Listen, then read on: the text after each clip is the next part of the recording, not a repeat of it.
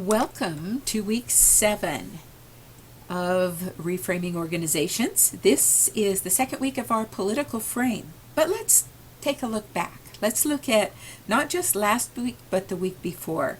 The week before we finished the human resources frame and recognized that we needed to make a change and have the knowledge check be open for the entire 2 days in order to be equitable in the knowledge check. And so that remains and will be for all of the knowledge checks from here on out. So please plan for that, and you will be able to again have 2 opportunities for each knowledge check. Coming up this week will be the political knowledge check.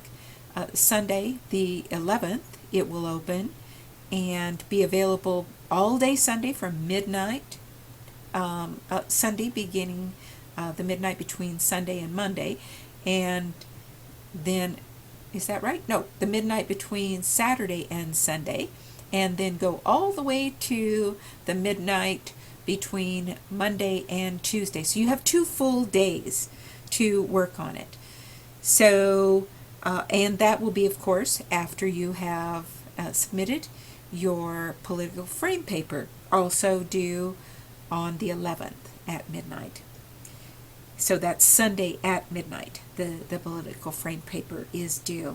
So here we are in the middle of the political frame. Let's talk about that. The political frame is a different way of looking at an organization, isn't it? What we're doing here is looking through the lens of making decisions and allocating resources through power, through conflict, through recognizing that people have perhaps similar goals, but very different approaches and very different interests as they look at achieving those goals. So one of the ways that people approach having different interests and similar goals is to form coalitions. And those coalitions, the members of those coalitions, recognize fully that the members have enduring differences. What that's all about is securing scarce resources. Scarce resources might be things like funding, or they might be things like oil or other commodities. They might be things like having talent, achieving, hiring specific talent for an organization where there is a limited talent pool of those people who would be qualified. So all kinds of things might be scarce resources. At Idaho State, one of the scarce resources, or let's talk about 2 of them, is students. We want to have more students. We've got in Idaho 4 different state institutions of higher learning that then are competing, 4-year institutions of higher learning. And so we're competing for funding from the legislature and for students in a state where there is a scarce number of students available to go to school and a very low rate of students who go on from high school. It's only 40%. So those are 2 things, among others, that are scarce resources that various members, including departments at Idaho State, are competing for. So it works to work together. Oftentimes I travel with the person who travels for the MBA program because students may be interested in our master's program who are also interested in the MBA program. They're only going to choose one, but we travel together recognizing that it helps save time and money to travel together and to work together. We also share courses as electives, so that's also in our best interest. So think in terms of we have competing interests and we have similar goals. Okay, so then let's take a look at a couple of different stories, because approaches that work in the political frame are a top-down approach that's coming from administration and a bottom-up grassroots approach. As you found from your book, that sometimes one works and sometimes another works. So let's take a look at two different stories where a top-down and a bottom-up approach were used. Okay, so when I was at the Idaho National Laboratory, in about 1997 or 98, the prime contractor at the time, which was Lockheed Martin, wanted to improve the safety culture, wanted to improve the safety metrics, and thought that the best way to do that would be for the Idaho National Laboratory to become a partner in and a member of a national coalition of a voluntary protection program. So we joined, and this was a very interesting program from my point of view. At the time I was working on my doctorate, and so was steeped in all kinds of theories, and this program and approach ran counter to them.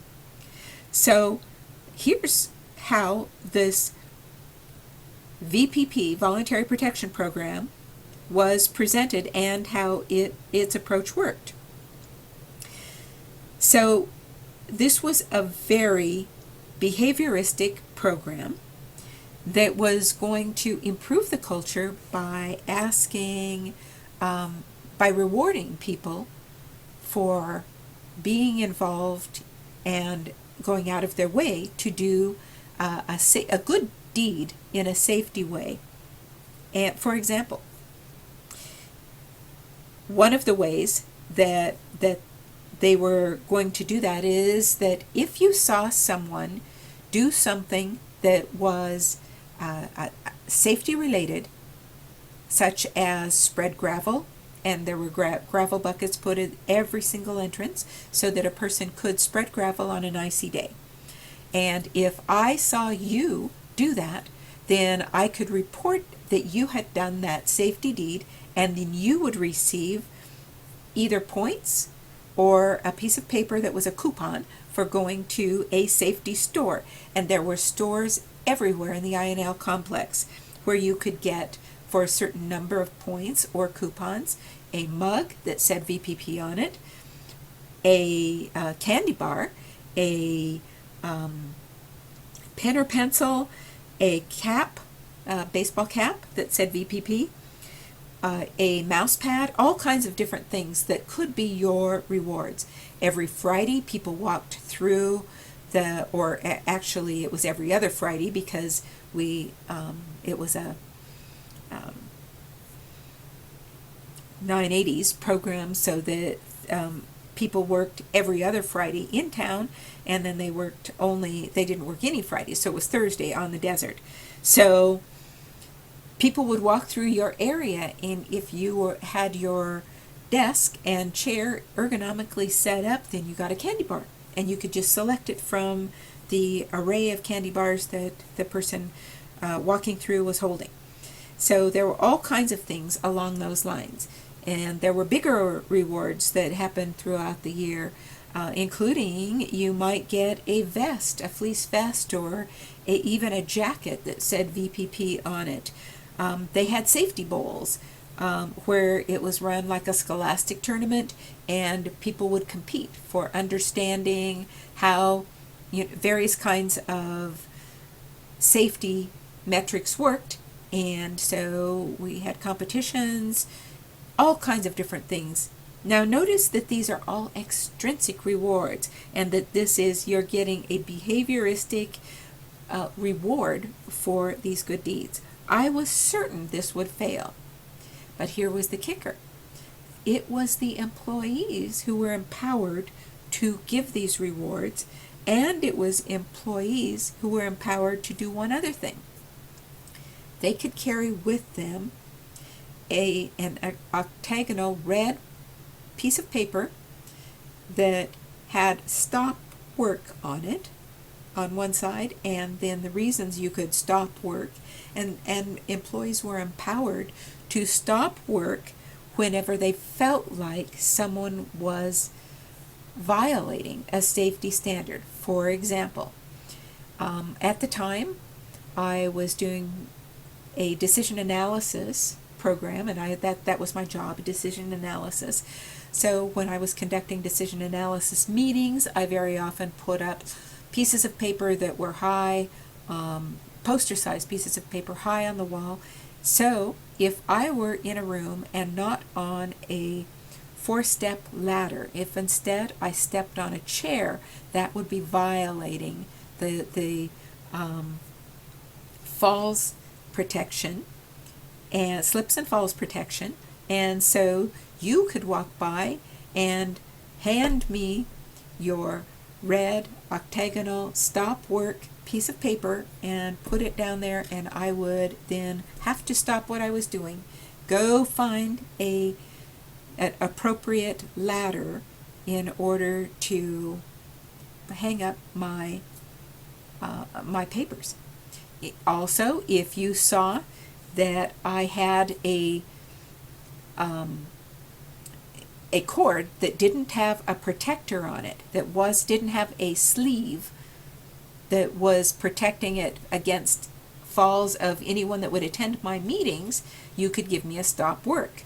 So there were all kinds of things that began this culture, and the culture was so saturated that it became very much a culture. People just did these safety pieces, and it became second nature. People could be have stories written about them in the paper for extra things that they had done, and there were extra rewards and citations and commendations. So it worked. It worked, and people continue to, all of these years later, have star VPP status nationally at the INL. So this was a top-down program that ended up working. One of the things that made it work was that people approached people who would be change agents. One of those was the union president, Terry Perez. And the union president was a person who had high influence. Remember, the political frame is all about influence. And he could get folks in the union to buy into this idea. And that was highly advantageous for the success of this new fledgling program. So this worked. A top-down program that did work. Okay, now let's talk about a bottom-up program that has had perhaps limited success. I'm sure you can think of grassroots programs that you've been involved in that had much higher success. But let me tell you this story. This is a story at ISU, and it involves the faculty who, this has been an ongoing program since about 2008, about the time that we had a reorganization after the Great Recession. So at ISU, faculty want a voice in governance. Remember the Mintzberg's model of professional bureaucracy, where Harvard was the example? ISU and many institutions of higher learning have much revered this professional bureaucracy model, where having a voice in the governance, not just that the president of the university would listen to and then make his or her own decision. In this case, it is a his, that President Arthur Vallis is the president of Idaho State University, and he is unwilling to allow faculty any longer to have a voice other than advisement, but not a part of the decision-making process at ISU. So faculty and administration are very interested in having an active constitution. However, And so that's a shared goal. However, different there are different coalitions formed with very different viewpoints. The administration has a coalition and the faculty have a coalition, and not all of the faculty are on the same page in this coalition. Remember that when people join a coalition, they have a shared goal, but they have different, enduring differences. So there is conflict, there is power, there is influence at play here in the political frame. So twice now the Constitution has come to a vote, come to the faculty to ratify a Constitution that was framed up largely by administration, although the last one was framed up by the Faculty Senate, and then put to a vote by all of the faculty. And twice ISU faculty have failed to ratify because there is no shared governance in the constitutions that have been put forward. So this remains an ongoing negotiation, and there continues to be evolving issues, continue to be negotiating. We remember that in this political frame that the decisions are rarely going to satisfy everyone. So lots of stakeholders here in this grassroots coalition, a bottom-up view. It so far has not been successful for either coalition. Administration has not been successful. Of course, they were top-down, and the bottom-up ISU faculty have not been successful in their grassroots swell to have to regain influence in a shared governance. So there you have it in a political frame, two different stories, top down and bottom up. And I'm sure you have your stories of how this has worked well or not well. So let's look at the political frame. And I'm very interested in hearing about your papers, your organizations in your papers. Again, we're talking about a 4 to 5 page paper and not more than that. And then the knowledge check. So let's go forward. I look forward to a wonderful week with you, and I am really enjoying this class. Thanks so much for your good insights.